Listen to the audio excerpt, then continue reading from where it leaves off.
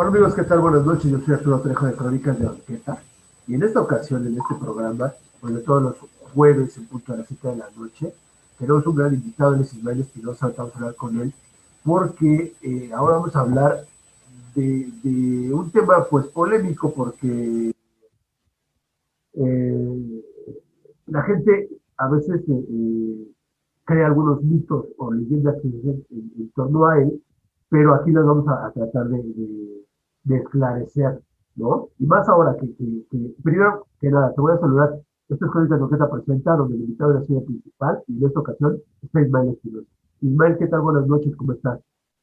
Hola, buenas noches, un saludo a todos y gracias por la invitación otra vez. No, gracias a ti por tu tiempo y porque queremos que eres la persona especialista, ya verán por qué, ¿no? Nos Ujú, recomienda ahí a alguien que con la absoluta confianza me dijo, y de verdad que yo creo que sí, porque ya hemos ujú. platicado Ismael y yo, y van a ver este gran tema que es el baile de los 41. Pero antes de empezar, Ismael, ¿tú a qué te dedicas? Platícale a la gente. Hola, pues ahorita me encuentro en el cuarto semestre del posgrado, bueno, de la maestría en historia en la UNAM.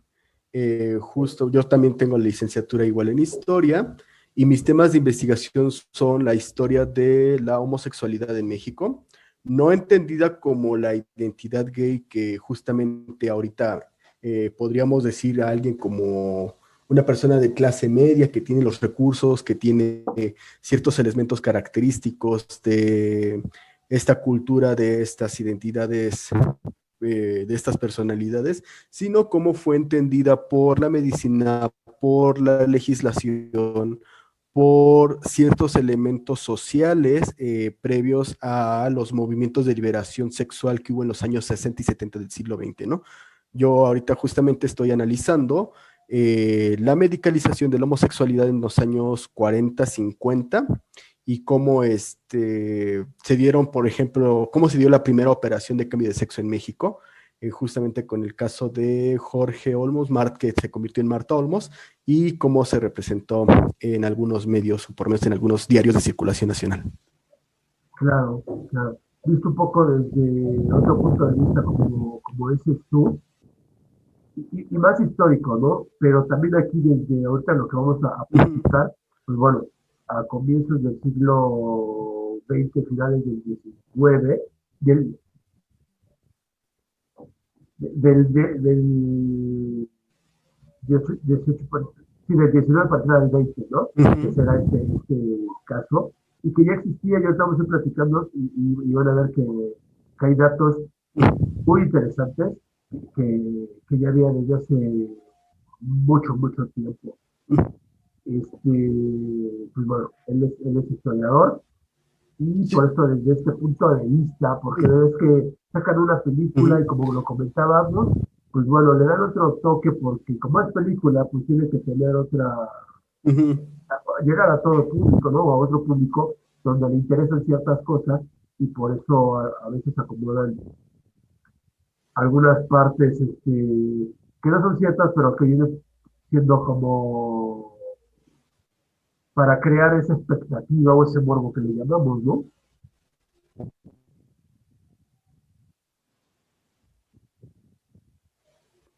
Claro, o sea, porque justo lo que se trata de buscar es la atención del público, generar ciertas ganancias, pero que a la vez es un tema relevante que se lleva al cine, justamente también para identificar otros personajes del pasado que tuvieron ciertas problemáticas o hubo ciertas representaciones en esos momentos y que hasta el día de hoy, o por lo menos este tema del Valle de los 41, ha tenido por lo menos unos 15, 20 años en los cuales se ha estudiado por historiadores, por sociólogos, por algunos politólogos, y creo que la película sí ha llamado mucho la atención para salir de ese tema de lo académico y darlo a conocer al público. Qué bueno, en algún momento sí fue conocido por muchos, pero que actualmente como que ya no es conocido, ya muy pocos saben de este hecho, ¿no? Claro, claro, cada hecho pues va pasando, digamos que va pasando de moda y la gente menos se va interesando. y por eso hacen esta película, y yo te comentaba, para que la gente no se quede con esa idea del, Ujú, así, tan literal de lo que sucede en la película, sino que se lleve un aspecto más histórico, real de los sucesos, ¿no? Y quizá pues vamos a empezar. Bien, Ismael, vamos a empezar y a relatarlo y tú me vas contando.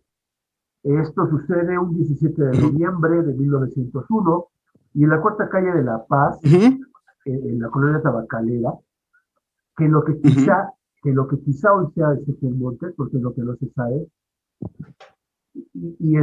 pues sucede una fiesta, una reunión que no se habían ujú, dado cuenta hasta después que a las 3 de la mañana, ya siendo el 18 de noviembre, eh, debido al ruido y al escándalo, pues la gente quiso llamar a la policía y llega el ujú, policía, toca y descubre que son 42 hombres, 21 vestidos bueno, como hombres, normal, ujú, 21, y 21 vestidos de mujer.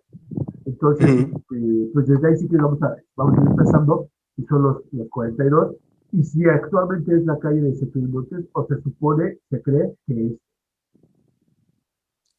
Sí, bueno, incluso dentro de la prensa de en esta época, o por lo menos en los primeros días, hay incluso también una confusión sobre la fecha de este suceso, ¿no? Porque, por ejemplo, hay algunos periódicos como El País, El Ah, Imparcial, La Voz del Pueblo, que era un periódico católico, que justamente van a tener ahí ciertas complicaciones porque algunos relatan que fue la madrugada del 16, bueno, la noche del 16, ajá, madrugada del 17, algunos también ahí dicen que fue en la madrugada del 18 y bueno, las notas pues van a ir apareciendo en este lapso de entre el 18 y el 24 de noviembre justamente sobre qué es lo que pasó en este lugar, ¿no? Sí, claro, como acabas de mencionar, justamente fue un baile que por ahí las propias crónicas de los periódicos nos señalan, fue descubierto por un policía que sospechosamente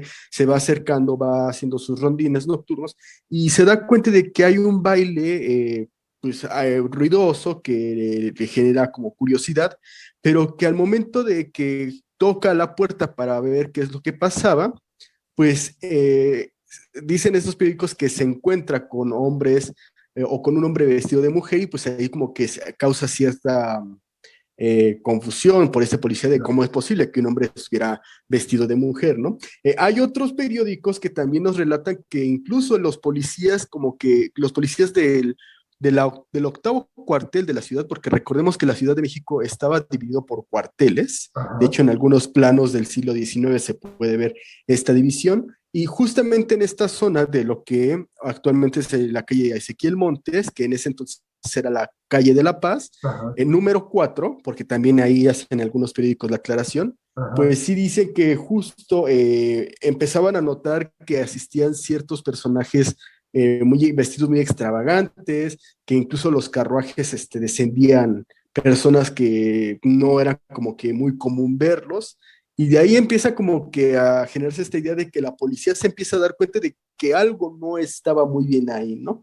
Entonces, ahí es como que la policía empieza a tener en cuenta y que incluso hay en otro periódico se señala que ya se habían dado cuenta los policías y que rodean la casa y que alrededor de las 3 de la mañana, a la espera del jefe de la policía, es cuando se da la orden para que los policías puedan ingresar a esta casa, al número 4 de la calle de La Paz, para que puedan detener a estos personajes. Sí, se mencionan 42 personajes, por ahí se menciona la presencia de una mujer que no se sabe si o era un hombre muy, muy bien maquillado, muy bien vestido, o realmente era una mujer la que estaba como asistente dentro del baile, o qué pasó ahí, ¿no? Sí, hay 21 personas vestidas o 21 hombres vestidos de mujeres, los restantes vestidos como hombres y se contabilizan en un principio 42 sujetos. ajá, Ya después, en otros periódicos, cuando se da todo este proceso, por ahí mencionan que solamente hubo 41, entonces ahí habría la presencia de un número faltante, una persona faltante, que de ahí va a generar ciertos chismes dentro de la sociedad para ver quién era ese sujeto, ese 42 Anónimo, ¿no? Claro, claro, ya estamos hacia él. Y aparte, porque también con el número 41 se vuelve pues un número insignia, clave cabalístico para nombrar Ujú. a ese tipo de personajes, ¿no? Sí. Que como los llaman maricones, con esa palabra, los Ujú. nombran. Y el 41 entonces por eso en el ejército no existe, en algunos lados se lo saltan del 40 al 42, por creamos como, aquí viene como el primer mito, el número Ujú. 41, ¿no? Y se queda ya hasta nuestros tiempos, para nombrar, pues, Ujú. a la figura homosexual, pero llamada en ese entonces como maricón. Claro, pero también hay que pensar que obviamente no eran los primeros homosexuales No, que eran conocidos. no, Ya había como que ciertas representaciones de hombres afeminados en la literatura. Por ahí Carlos Monsiváis, en un texto que publicó en la revista Debate Feminista, habla de personajes como Chucho el Ninfo, como ciertos personajes de la cultura que ya estaban ahí como que con una personalidad muy afeminada.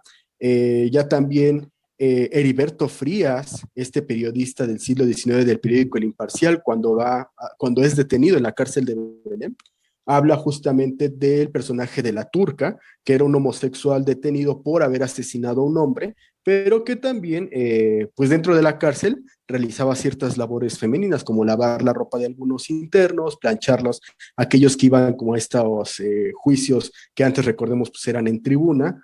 Eh, entonces, preparaba alimentos, se dedicaba a hacer reparaciones de coser ropa. Entonces, los homosexuales ya estaban como que ahí presentes, pero era un tabú social. ajá, Es decir, no salían, no se hablaba de ellos, pero ahí se mantenían en las calles clandestinamente, ¿no? La Ciudad de México, pues sí, tiene una larga historia oculta, aunque no se ha propiamente escrito, no se han investigado un poquito más a fondo, precisamente sobre qué era este mundo homosexual de finales del 19 y de principios del 20. Claro, el ajá, baile de los 41 pues va a ser un gran boom, un gran, como en algún momento lo dije, era una gran salida del closet de la homosexualidad dentro de la sociedad porfirista mexicana, que bueno, ya a partir de este baile, pues es cuando se comienzan a publicar ciertos estudios sobre criminalidad, se va a investigar la figura del afeminado por parte de criminalistas y de algunos médicos, ¿no?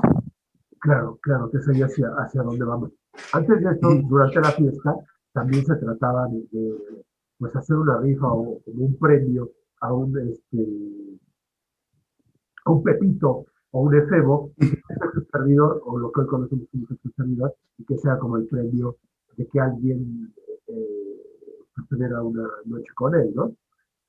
Sí, sí, eso también en la prensa justamente se señalaba que había la rifa de jovencitos precisamente para, lo pongo entre comillas, el Ajá, deleite de los ajá, asistentes.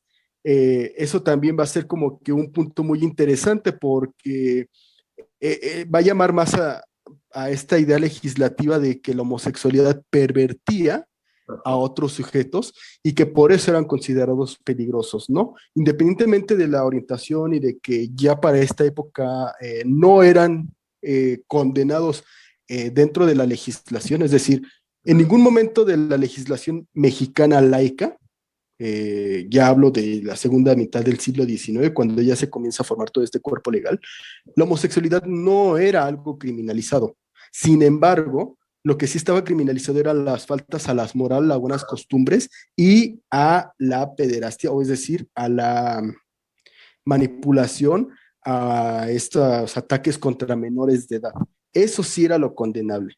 El hecho de que en este baile, en algunos periódicos, hayan resaltado esta venta de este sorteo de jovencitos, obviamente tenía como fin el llamar o el escandalizar de que estos sujetos eran una perversión que completamente tenían que ser condenados y que tenían que tener un castigo, a pesar de que, como ahorita mencioné, no estaba como tal legislado o no estaban criminalizados en comparación con otros países que en estos años mediados del siglo XIX sí comenzaron a condenar la homosexualidad, ¿no? Como Inglaterra, como en Alemania, que ahí en Alemania fue hasta 1994, después de la queda del muro de Berlín, cuando la homosexualidad dejó de ser despenalizada, ¿no? O sea, casi 150 años en los que estuvieron criminalizados. En Inglaterra, pues no se diga, el caso de Oscar Wilde, justamente juzgado por homosexual, va a ser un caso que va a repercutir también en la sociedad porfirista mexicana, porque alguien de clase alta, alguien de clase que tiene una cultura amplia, que es una eminencia literaria, pues va a ser juzgado por homosexual, ¿no? Claro, claro, porque cabe señalar que todos estos individuos, los 42, tenían una posición económica alta, ¿no? Pertenecían a la discordia, y que exactamente no había motivo por el cual los detuvieran. Por eso fue nada más por escándalo, y ahí se señala por faltas a la moral, que eso es Uh -huh. cuando empieza entonces a, a señalar al homosexual por Uh eso -huh. mismo, por faltas a la moral. No Sí. tenía otro caso, sino más que ese era como ¿cómo se llama? Lo que llaman en derecho, pues como la acusación, ¿no? De faltas a la Uh moral. -huh. Uh -huh.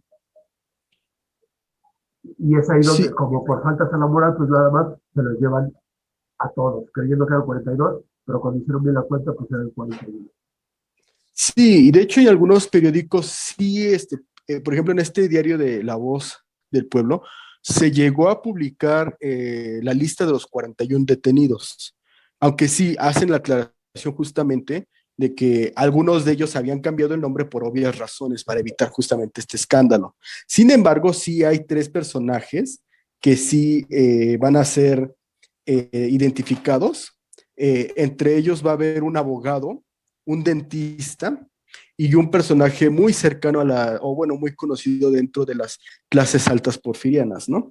Entonces, estos personajes van a estar sometidos al escarnio público justamente después del baile, en el que van a recibir ciertas castigos públicos, ¿no? Pero justamente el baile también pone en consideración esta situación de la masculinidad mexicana, ¿no? Porque para ese entonces ya lo mexicano comienza como a conformarse y todo aquello que no se amoldara a esta idea del macho mexicano era como algo pervertido, algo extranjero, algo que no se amoldaba a las normas, ¿no? Esta imagen de los hombres burgueses de clases altas que tenían ciertos gustos refinados, que sabían francés, porque muchos de ellos, con esta cultura afrancesada que se da en el porfiriato, pues van a tener como que ciertos modismos, ciertas formas de expresarse, ciertas formas de hablar o de interactuar entre ellos, y que por muchos va a ser algo visto como la repugnancia de la clase alta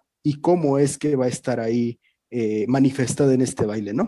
Esta opulencia degradada de la masculinidad, ¿no?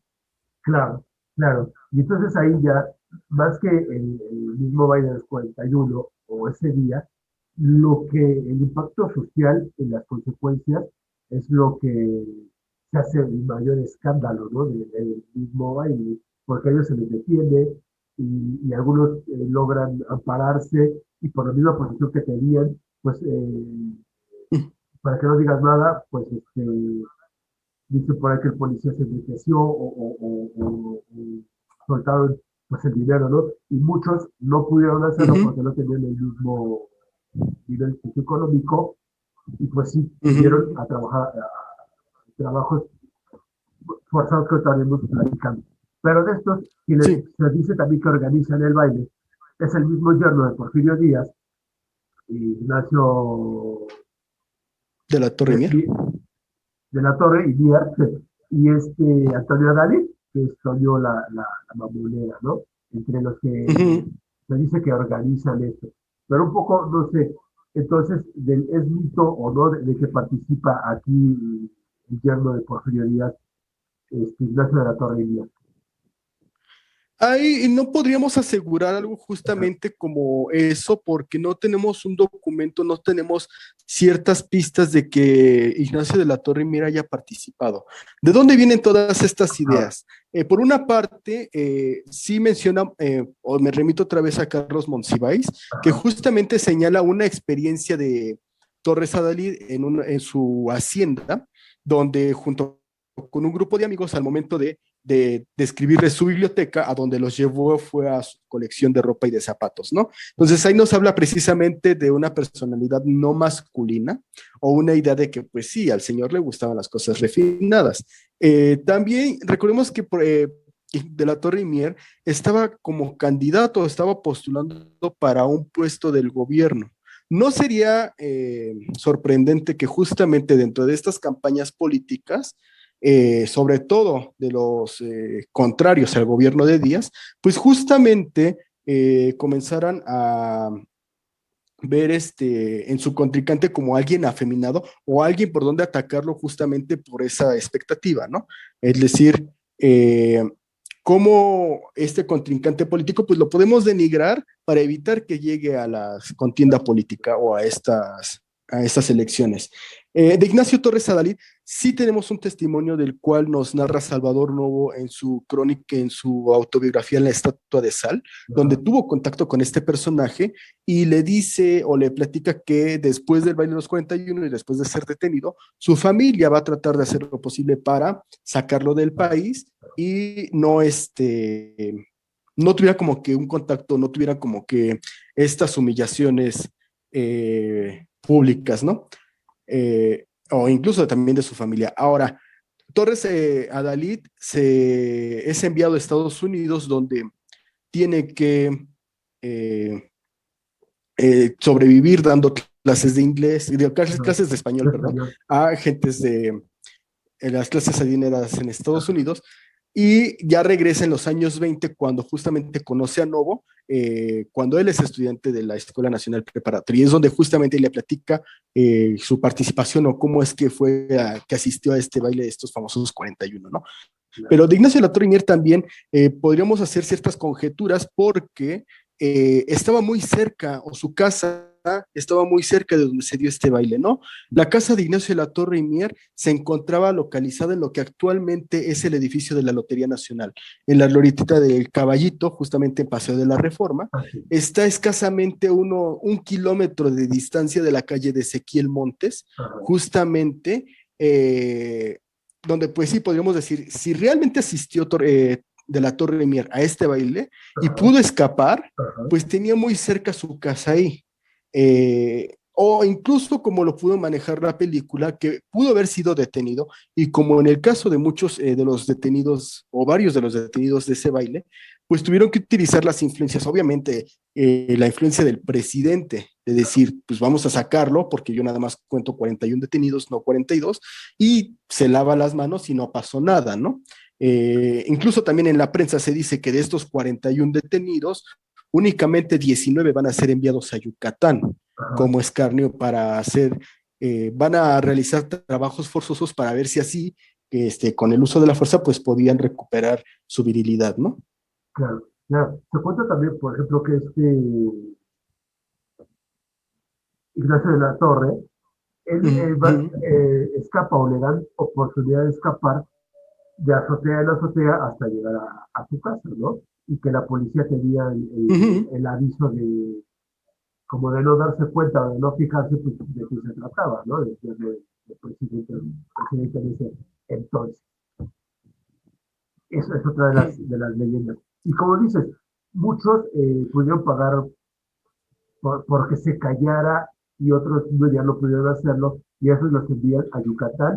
Si no me equivoco, había una guerra por ahí y hacer trabajos también, pues para que estuvieran ahí con el ejército, ¿no? Sí, es justamente el contexto de la guerra de Valle Nacional, justamente que es una pelea entre mayas y el gobierno, y que bueno, estos 41, después del baile, después de haber sido encerrados, justamente el proceso que se cuenta es que unos van a ser enviados a Palacio Nacional, que van a ser justamente o van a esperar una respuesta del gobernador del Distrito Federal. Recordemos que en ese entonces el gobernador era designado directamente por el presidente de la República. Entonces, pues él ante este escándalo era como que el que podía dar un escarmiento. Otro grupo de ellos va a ser enviado al cuartel de la Montada, donde justamente este cuartel era donde se castigaba a los policías que no cumplían su deber o que faltaban por algún momento a su trabajo, ¿no? En este cuartel pues, se les encerraba a los policías y por ahí se menciona que los detenidos en el Palacio Nacional van a ser rapados, ajá, justamente cómo quitarles esta feminidad de las pelucas o de los postizos, lo que hayan tenido, van a recuperar otra vez, recuperar esta idea de masculinidad otra vez al raparlos, y al día siguiente van a barrer algunas de las calles principales de la Ciudad de México vestidos como mujeres, ¿no? En la película se muestra este suceso, pero que incluso llega a un linchamiento. No sabemos realmente si hubo un linchamiento por parte de la gente, no sabemos si hubo algunos muertos, como en la película se menciona que la gente los golpeó y los asesinó, no lo sabemos. Sí sabemos de estos enviados a Yucatán el 24 de perdón, el 22 de noviembre, Ajá. y el 24 de noviembre pues ya la prensa deja de decir, bueno, ya son enviados a Yucatán y hasta aquí se acabó el tema, ¿no? No sabemos justamente qué pasó con algunos de ellos, si sobrevivieron a los trabajos de que les fueron impuestos por los soldados, porque recordemos, eran sujetos de clase alta, nunca habían trabajado, y Ajá. entonces el estar en la fatiga de estos ejercicios, pues no estarían acostumbrados a ellos, ¿no? Claro, claro. Era un poco como ponerlos en vergüenza ante el cambio público, ¿no? De decirles de mujer para que barrieran las calles y que la gente se burlara. Y quizá lo otro, pues bueno, ya fue pues para ponerle emoción a la película. Otra es que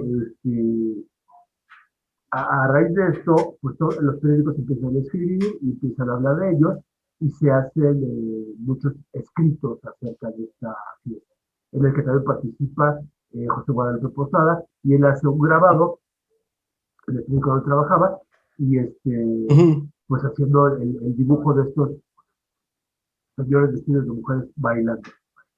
Sí, sí, de hecho creo que la gente pudo entender o pudo conocer más este suceso precisamente por los grabados de Posada, porque recordemos que en la época del Porfiriato pues había un enorme índice de analfabetismo, ¿no? ¿Ah? Por ahí se menciona, creo que el 80, el 90% de la población pues no sabía leer. Obviamente, ¿cómo se daban a conocer estos sucesos? Pues por medio de imágenes o de estas hojas volantes por las cuales Guadalupe Posada da a conocer el caso, ¿no? Que curiosamente es en estas hojas donde se hablan de los maricones, de los 41 Ajá, maricones, ajá. y que justo ya después cuando son enviados a Yucatán va a tener también una imagen donde salen estos pobres hombres desconsolados con vestido llorando que están abordando el tren, ¿no? Que de hecho los detenidos fueron enviados a la estación de Buenavista Sí, justamente para que tomaran el tren hacia Veracruz, y de Veracruz tomaron un barco que los llevaría precisamente a Yucatán. O sea, fue una larga travesía en la cual pues también tuvieron que soportar los escarnios de los que estaban, de los soldados que estaban ahí en el tren, y que bueno, pues todavía vestidos de mujeres, pues van a estar sufriendo las peores humillaciones, ¿no? claro, claro, claro. Y ahí, algunos de ellos Ujú, también se cuentan, no sé si fue ahí, digo, ya hablamos de la palabra maricón, pero de la palabra jotos, y lo ujú, platicábamos hace poco, que esto ujú, se daba, y que yo tenía entendido, que era porque eran llevados a Lecumberri ujú, y estaban dentro de las crujías que pertenecían al área de la J, porque estaban ahí por letras, y la J eran ujú. llamados los maricones o los jotos. Y me comentabas que ya había escritos, o ya estaba escrito por otro lado, que ya desde antes se mencionaba esta palabra, el nombrarlos así. Sí, yo por lo que pude acercarme a estos periódicos, Ajá, en un periódico que fue El País, que fue el que más burla le hizo al caso de los 41. De hecho, se hicieron poesías y burlas e ajá, incluso coloquios entre dos mujeres hablando justamente sobre el suceso. Estas dos mujeres, o este coloquio que se escribe en este periódico, habla precisamente de la palabra joto. Y yo sí me cuestionaba y digo, bueno, si supuestamente el origen de esta palabra se dio porque en la crujía J de Lecumberri se encerraban a los homosexuales, yo estoy encontrando que 10 años antes de la inauguración de este centro penitenciario ya se utilizaba esa palabra. Entonces ahí estuve investigando y el doctor Luis de Pablo Jame, que justamente quien fue el asesor histórico de la película de los 41, hizo un hilo con base en un texto de Antonio Bertrán, donde habla justamente del origen de esta palabra joto, ¿no? Por ello, ellos señalan que fue en 1821-31, ya no recuerdo muy bien, Ajá. en un periódico se habla justamente de, o se escribe la palabra joto hablando sobre hombres afeminados. Y por ahí también mencionan que ya la doctora Concepción Company del Colegio Nacional ya había justamente señalado o tenía una idea de que la palabra joto tenía como origen la España medieval, porque justamente se hablaba de estos jotos como las personas que eran muy alegres, que eran muy saltarinas, que hacían mucho, o sea, que eran muy festivas en pocas Ajá. palabras. Entonces que incluso esta palabra pudo haber sido parte o podía haber sido el origen de los bailes de las jotas españolas. Entonces de ahí tendría mucha relación esta persona femenina, esta persona festiva, esta persona que se tiene como que muy común en el inconsciente social. Una persona así, pues que es un homosexual, ¿no? Entonces que de ahí podría haber sido el origen de la palabra joto y no como muchos investigadores habían señalado, de que incluso por ahí otra idea de otra supuesta teoría de la palabra joto era el joto de los póker de los Ajá. naipes, ¿no? Ajá. Que por ahí decían que como tenía una personalidad, era representado como un hombre como muy afeminado con bigotes, que también podría ser otro origen, pero justamente con estos periódicos o con estas pruebas históricas, podemos decir que, bueno, entonces la palabra joto ya desde antes del siglo XX y del baile de los 41 se utilizaba y que bien podría tener este origen como señalaba la doctora Concepción Company. Claro, claro, claro. Ya hablaremos también de estos términos que le ponen. Y hablando también en Ujú, esta época, pues un poco la diversidad, que digo, no se ujú, trataba como tal, no era el concepto diversidad sexual, sino que ya se hacían este tipo de fiestas, ¿no? También ya se manifestaban así, haciendo este tipo de fiestas de solo hombres o solo mujeres, pero en las cuales las llamaban ellos como fiestas de disfraces. ujú. Miren, yo lo que sí he revisado es que estos bailes ya eran por lo menos comunes en Europa. Ajá. Y en estos tiempos, para el último tercio del siglo XIX, ya se hacían ciertos bailes en Nueva York, justamente lo que se llamaron los drag balls, justamente donde ya habían ciertos hombres vestidos de mujeres y que por ahí pudo haber llegado este tipo de festividades o este tipo de reuniones a México, ¿no? En Inglaterra, justamente en el siglo XVIII, principios del XIX, se crean las famosas Molly Houses, que Ajá. justamente eran grupos de hombres que se travestían o que por lo menos usaban atavios femeninos y que hacían sus reuniones clandestinamente, ¿no? En Nueva York, justamente en el Harlem, ahí van a hacerse estos primeros bailes drag, que de ahí justamente ya viene la cultura drag, que actualmente está muy mediatizada en la cultura LGBT. Entonces, estos bailes pues también ahí tenían cierto tipo de formas de identidad, de identificación, y que en ese entonces México, que recibía muchos extranjeros, muchos turistas, que ya comenzaba a modernizarse, entre comillas, pues justamente no habrá faltado quien quisiera hacer lo mismo aquí, ¿no? Sin embargo, en la película del baile de los 41 se menciona que estos grupos van a surgir justamente por intervención del emperador Maximiliano de Habsburgo. Esa es otra idea que también se tiene muy enraizada y que no tenemos tampoco la certeza de si Maximiliano era homosexual o era bisexual, no lo sabemos. Ajá. ¿De dónde vienen estas ideas?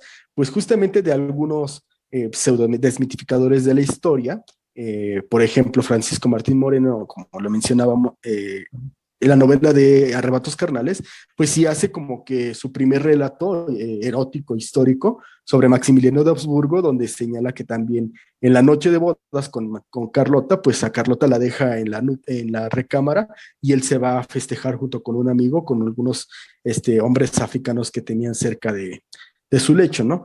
Entonces, no tenemos esa certeza. Sí sabemos que Maximiliano, pues también rompió este estereotipo masculino, porque le gustaba la ciencia, estaba educado con ciertos refinamientos y que en su casa de Cuernavaca, pues le gustaba cazar mariposas.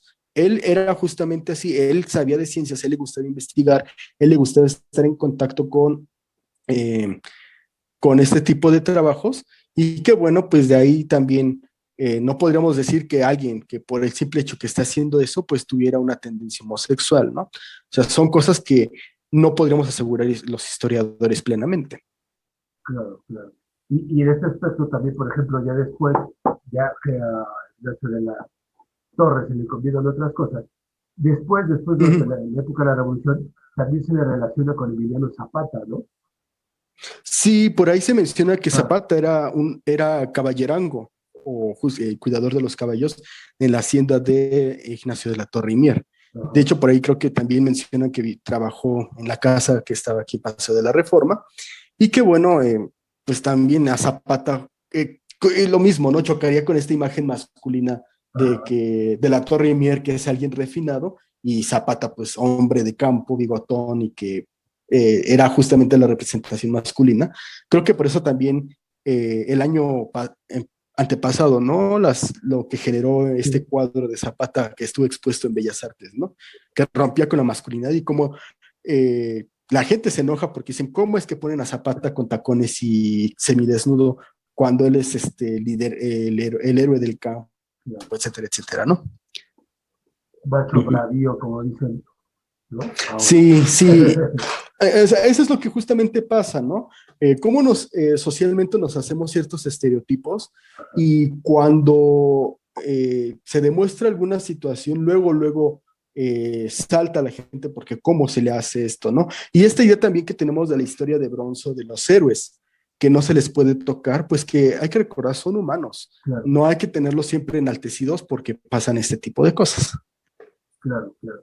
Y esto es Uh lo que -huh. te digo, más que en el baile de los 41, que bueno, la fiesta se detiene y demás, más bien fueron las Uh -huh. consecuencias que llevó a cabo todo este baile, ¿no? El hablar de la gente y de hablar ya entonces de una homosexualidad que había pues en México y que se Uh ocultaba, que -huh. se tapaba o se disfrazaba de alguna forma, y desde ahí empieza como a nacer, o tú me dirás, este tipo de cosas de represiones, de reprimir a la gente, y desde ahí en adelante se hace esta atenuante, y es lo que me decía, sobre faltas a la moral. Sí, bueno, de hecho el 41 se convirtió, perdón, justamente en un número tabú, Ajá, justamente volver a meter a la homosexualidad, tratar de meterla dentro del closet. Sin embargo, ya a partir de este baile, pues va a haber algunos criminólogos como Carlos Rumañac, este periodista y criminólogo español, que va a hacer un texto sobre los criminales en México y que va a exponer estas relaciones homosexuales entre los presos de la cárcel de Belén, ¿no? También por ahí Francisco Urquizo, que era uno de los militares más reconocidos de la Revolución Mexicana y que escribió su enciclopedia Símbolos y Números, pues ahí sí pone justamente que el número del 41 no había batallones, no había divisiones ajá, del ejército, no había camas 41, porque precisamente recordaba a este afeminamiento, ¿no? Y por ahí algunos testimonios de gente mayor, pues sí han señalado que cuando ellos iban a la escuela, cuando se nombró el número 41, se decía la palabra Safo, ¿no? Precisamente para evitar tener contacto con ese número, o que un hombre no cumplía 41 años, sino que o se quedaba en los 40 o se saltaban los 42, ¿no? También, sí peor de recuerdo aquel, mucho, peor de perdón. aquel, peor de aquel que sea soltero y tenga 41, ¿no? Porque entonces ya se habla también de esa pues llegar a los 41 y no estar casado implica otra cosa. Ay, perdón, es que no lo entendí, como que se cortó. Allá, que también cuando se es soltero y llegas a los 41, también ahí se habla Ah, de sí, esa, ¿no? sí, de esa homosexualidad. Bueno, Ajá, justamente ahí va a hablar de las películas de Mauricio Garcés, cuando hace ajá. Modisto de señoras. Justamente al inicio de la película, una reportera le pregunta, oiga, y su edad, pues ¿cuánto tiene? Pues tengo 41. Qué coincidencia, ¿no? Entonces, Ajá, como esta idea de que él era afeminado, que hacía modas y pues tenía 41 años, pero sí. que se reafirma diciendo que él era originario de Guadalajara, Jalisco, cuando le sale la voz ronca, como que tratando de reforzar esta idea. Y también en el cine de ficheras, recuerdo mucho una película que se llamaba, ¿qué? 41, el hombre que no quería a las mujeres o algo así, que Ajá, justamente era un hombre de 41 años que vivía con su mamá, que se dedicaba al trabajo y al hogar, pero que no tenía como que muchas interacciones femeninas porque era un poco, eh, como decirlo, tímido justamente para este tipo de relaciones con las mujeres, ¿no? También el número 41, pues fue el nombre de una la primera novela homosexual en México, que justamente le escribió Paolo Po. Bueno, ese es el seudónimo del autor porque no sabemos exactamente quién escribió, pero la novela se llamó 41 o El muchacho que soñaba en fantasmas y justamente relata la historia de dos jóvenes de la Ciudad de México que están enamorados, pero que a final de cuentas su amor no puede ser porque la sociedad se le impide. Este libro apareció a principios de los años 60 y que bueno, se ha convertido en un clásico para los estudios LGBT de México y que recientemente se acaba de publicar, bueno, lo volvieron a reeditar y publicar y ya se puede conseguir en algunas librerías. claro, claro. Pues gracias, Ismael. Yo creo que ya esta plática un poco del Valle de los 41 queda, pues bueno, esperemos que mucho más entendida, que sea así de digerir para los demás. ¿Y qué te parece si en una próxima hablamos entonces de, de esta diversidad hoy en día, pero pues antes, cómo era tratado el homosexualismo y como dices, hasta como Ujú. enfermedad psicológica, ¿no? Sí, sí, bueno, por alguna parte sí, Ajá, psicológica, algunos criminal, y exacto. bueno, eso va a llevar a que en el 53, 54, un grupo de médicos dieran un tratamiento para la homosexualidad, haciendo una primera operación de cambio de sexo, que es lo que estoy revisando, pero que bueno, no fue eso, no fue una cura, sino Claro, pues lleva otras cuestiones, ¿no? Pero claro. sí, justamente eso es lo que yo he tratado de revisar, porque la historiografía de la homosexualidad de México, pues sigue esas dos vertientes, ¿no? El baile de los 41 y luego la representación con los contemporáneos, con Salvador Novo, que Exacto. lo relata en su autobiografía, y luego de ahí un brinco hasta los años 70, justamente con los movimientos de liberación homosexual. Entonces, como que esos casi 50 años que hay entre los años 20 y los años 70, pues como que están invisibles, ¿no? Y qué bueno, sí, eso es lo que hemos tratado de visitar o de revisar algunos investigadores. Bueno, entonces me parece perfecto. No sé, tú me dices si sí lo hacemos y hablamos Uh también -huh, un poco, no se trata de sacar ni de nadie de clases ni nada, pero para que nos hables un poco de Salvador Novo, como decías, de Freddy Huerta, de Luis Espota, uh ¿no? -huh. Lo que le dijo Salvador Novo a Luis Espota, no sé si sepas esa No, no estoy. anécdota que tenía mucho de su apellido, Novo le dijo a Espota. Ah, no lo sabía. Luego yo te la contaré. Y, Sí. y un poco también eso, por ejemplo, porque también podemos hablar de una Sor Juana, ¿no? De Sor Juana Inés de la Cruz, Juana de Almágero, tampoco se Uh sabía -huh. si había ahí esa relación con la Con la reina, virreina Luisa. exacto, Ay, no. Ajá. ¿no? Con ella y este tipo de cosas. Entonces, Uh -huh. sería interesante para hablarlo también de una forma histórica, como ves. Sí.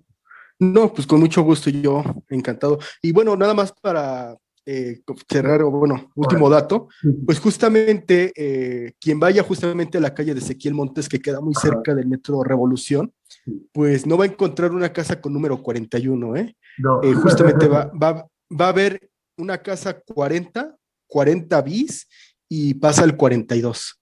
Sí, Y no es claro. por cuestión catastral, no porque me digan, es que la numeración va uno y uno de frente por las calles, revísenla y la verdad es que no hay una casa 41 porque justamente creo que se quedó ese estigma de esa calle Sí, de que fue el baile. A pesar de que con los años esta calle de La Paz se fue expandiendo hacia lo que es actualmente el Monumento a la Revolución y un poquito hacia donde está la zona del Metro Revolución, ajá. pues esta calle que estaba al inicio casi de la calle de Reforma y a la Plaza de la República, pues vean cómo esta numeración se siguió y se expandió tanto, pero que ese espacio no queda justamente, o ese número 41 no está presente todavía, ¿no?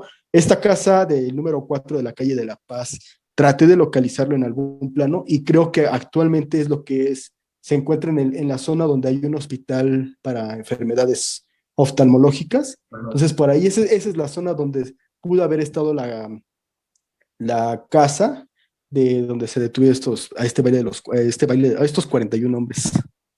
Claro, claro. Oye, ¿y qué esa casa sí Ujú. pertenecía a alguno de los 42 que estaban ahí? ¿Perdón? ¿La casa sí pertenecía a alguno de los 41 o 42 que estaban en la Ah, fiesta? pues la verdad es que tampoco Tampoco se sabemos, o dice. sea, no tenemos alguna información, no sabemos si era rentada. Ajá. Sí se menciona que era una casa con un gran patio, o sea, que sí era un lugar donde podía entrar un gran número de gentes.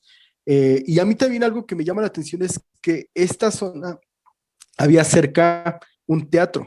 Entonces, Ajá. este teatro no me sorprendería que muchos de los actores que estaban, no sé, travestidos por el trabajo, pues fueran así al baile o algún asistente de ese teatro fuera a este baile, ¿no? Entonces, sí hay como que ciertos elementos para pensar que no nada más se trataba de llegar vestido y ya, sino que también había ciertos elementos para estar ahí. Y que bueno, también este lugar no era la Ciudad de México, era la periferia de la Exacto. ciudad y estaba muy alejado del propio centro de donde estaba los centros de poder en ese momento, ¿no? Ya había ciertas expansiones urbanas, ya había ciertos lugares que pudieran a realizarse ciertas viviendas. Después del baile de los 41 es cuando se comienzan a crear la colonia Condesa, las colonias allegadas al Paseo de la Reforma, pero pues es una zona donde ya va a haber cierta exclusividad para las clases altas, ¿no? Claro, claro. Se nombraba Uh -huh, que estaba a la periferia de la ciudad y empezaban a hacer sus uh casas -huh, como de campo, hay algunas personas, y entre ellos, pues bueno, el padre de Díaz, ¿no? Que él era pues, gente que estaba dentro de la política y de gente uh de poder. -huh. Entonces ellos, pues bueno, por ahí, por eso se diría.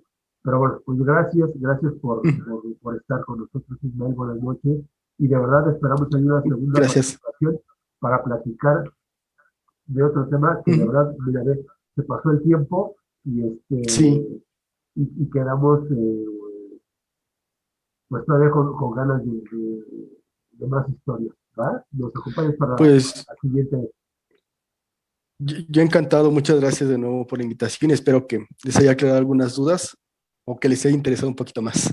No, claro, claro que sí, y que la gente nos pregunte y nos diga, él Sí. está también en Twitter, dale tu cuenta, Ah, ¿cuál es?